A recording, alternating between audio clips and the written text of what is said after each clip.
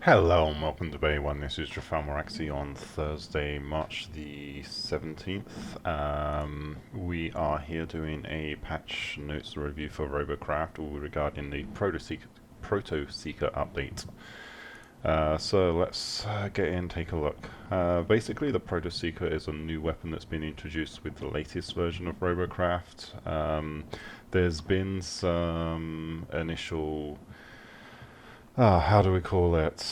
Promotional activity around this item. As with the other major weapon updates, this is another lock-on type weapon, although it's a lot less powerful than the rocket launcher, and it has a slightly different effect on it as well. It's much better against electric plates, although why you'd need why anyone's using electric plates at the moment is a good question. It's a lot lower in CPU cost than the other weapons, or the other new weapons. It is only 100 CPU as opposed to 250 or something like that, or 300. I can't remember how much they're costing. And it also has 5 connection points on the little block here, so you can see. Let's just take that off. 1, 2, 3, and one's on the back. 4, 5. And let's go and take a look at the raw stats. So it's not actually that big, it's a much smaller weapon than any of the other ones, so you can make very, very compact bots using this. And let's go and take a look in here at the exact stats. I've gone ahead and bought 5 of them for myself so far. 5, 4, 4. So yeah, health is 3600, so that's kind of on par. Not really. It's on par with mega weapons. It does 100 p-flops, so again it's a lot less in terms of the p-flop usage, whereas the missile launch is 275, the arrow flak is 300. Okay, so I was a little bit off on those. Robot ranking is 1250 or 12,500, so it's not far off the same robot ranking as these weapons. It's just a little bit lower. Health or heal rate, mass is 340 kilograms, so it's not as lightweight as standard weapons like plasma, or even some of the megas. Like some of the mega weapons are still a lot lighter than this, so it's supposed to be limited what you can actually deploy it on. Damage is 1600 per hit, and how much does it fire? Fire rate is 16 per second. So if you work that out against an SMG or one of these, you're talking about 6,000 per hit. It's 40 per second or 4.0 per second? 4.0 per second, and this is 20 per second or 16 per second. So it's a lot higher fire rate than anything else. Nominal fire rate, that's when basically nominal is when you've got the nominal number of weapons. So if you've got 5 of these guns is when you get the 20 per second fire rate, although that requires investing 500 CPU in them, as opposed to these 6 guns. And we're currently in maintenance. Thanks. Awesome. The game quits out halfway through doing this. Yeah, let's go and just switch to the fun times. Still got to continue. Switch to Firefox. There we go. So yeah. Anyway, so it's got some stats like that. I can't show you how it actually works because Robocraft just put itself into maintenance. Fun times. And here we go. So the actual stats. Proto-Seeker is a long-range, low-damage, auto-targeting harass weapon with fast projectile speed. The Proto-Seeker locks onto targets in the same way as LOML, but it does so instantly without the need to spend seconds locking on. The Proto-Seeker also deals damage to electroplates and electro-shields. The trade-off, however, is that it has the lowest alpha strike and ongoing DPS across all weapons, which yes, I can see that damage over time is going to be slightly lower, but the fact that you're not getting any lock-on time for it is going to make it, yeah, somewhat questionable there. And Jalea is saying Proto 11 out of 10, not OP at all. Okay. Yeah. I haven't actually had a chance to play with it, other than just putting it on the boss and getting started with the video. This makes the Proto-Seeker an elective long-range poke support weapon. So apparently it's being targeted more at being used on the backlines rather than up front and personal. So you'd probably want to use something a little bit more robust if you're getting into close-range combat like plasma or SMGs.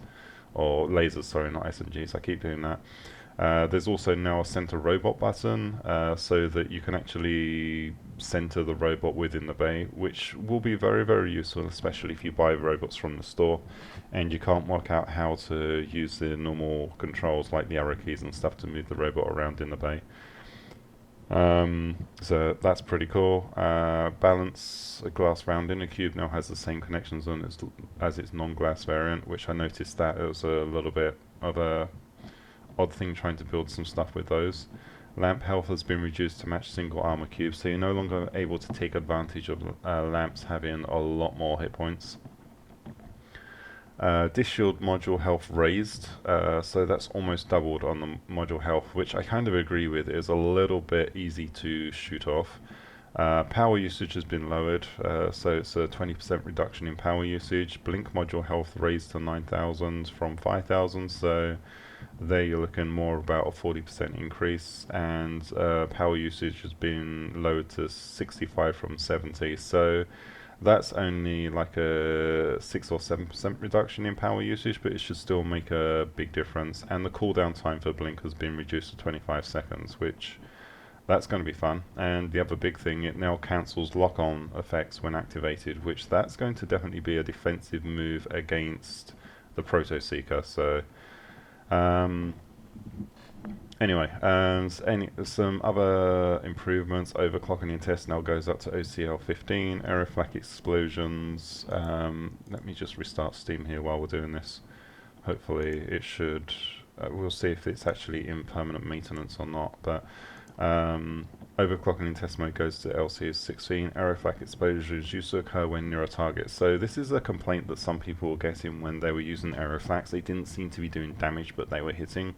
Well, they weren't actually hitting. It was just getting close enough for the effect to go off, but not to actually do the damage. Aerofoils have been improved so they're more stable, although they've reduced the twitchiness or the turn rate of them so that they're not as twitchy. And I noticed that especially with rudders, things were kind of hard to make. It wasn't hard, but the turning rate was a little bit fast for what you really needed. And some improvements to matchmaking any major bugs. Hit animations, not necessarily playing for error flak. You can pretty much read everything. A bug which allows cubes to be placed tilted, which causing the cannot save robot error. Oh, that explains that. Hero bonus, blah blah blah. Let's just seeing if there's anything here that matters. Positioning issue with glass cubes in cosmetics tab. Where are we? Bug? Nope. Overwolf. Loading graphic. Okay, so I fixed the bug which allows players to blink way above rotor max hover height. Theoretically, this should have fixed the exploit for getting above the map. Okay, well that's useful to know. So that's actually a relatively important one. You'll see it probably in one of my previous stream videos where Matt or RoboProgram was showing that was possible. So, and some collision changes for rudders have been changed and server errors fixed. So this might be the hotfix that they've just deployed. Let's see if we can actually get back into the game and take a look at things as they should be. Hopefully we can. No, servers are down for maintenance. So unfortunately that's going to be it for this part of the stream because I can't show you anything else for this. I would have expected to have shown some actual gameplay footage, but this is literally just a patch review. As soon as the servers come back up, then I will be able to do a live stream or something like that, but I'm probably going to start off with like a mixed content live stream. It's not going to be focused on Robocraft. I'm just going to select another game because this is supposed to be a night for doing this kind of stuff. But anyway, thank you very much for watching, and we'll see you next time. Goodbye.